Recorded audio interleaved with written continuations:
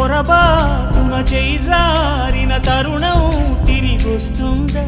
ప్రతి పూటొక పుటలా తన పాఠం వివరిస్తుందా మన కోసమే తనలో తను రగిలే రవి తపనంతా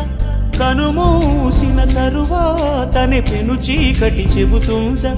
కడతేరని పయనాలెన్ని పడదోసిన ప్రణయాలెన్ని